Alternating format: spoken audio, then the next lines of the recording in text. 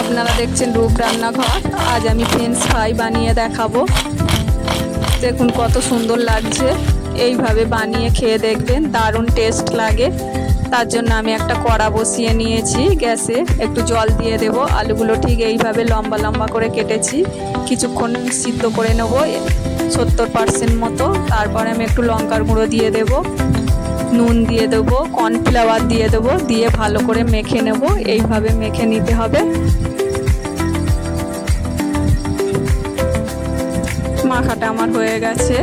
গ্যাসে আবারও একটা কড়া বসিয়ে নিয়েছি, তেল দিয়ে দিয়েছি। ফ্রেঞ্চ ফ্রাইগুলো সব দিয়ে এরকম করে ভেজে নেব। একবারে ভাজা যাবে না, কিছুক্ষণ ভেজে তুলে নিতে হবে। নিয়ে একটু ঠান্ডা হলে আবারও একবার ভাজতে হবে।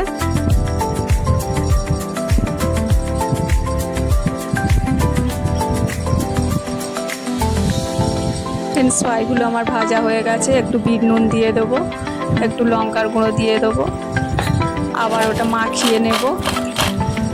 দেখুন কত সুন্দর কড়মড়ে হয়েছে, খুব সুন্দর লাগে সস দিয়ে। ভিডিওটি যদি ভালো লাগে লাইক সাবস্ক্রাইব করবেন। ফেসবুক থেকে দেখে থাকলেন লাইক ফলো করবেন। আবারও একটা নতুন ভিডিও নিয়ে চলে আসবো।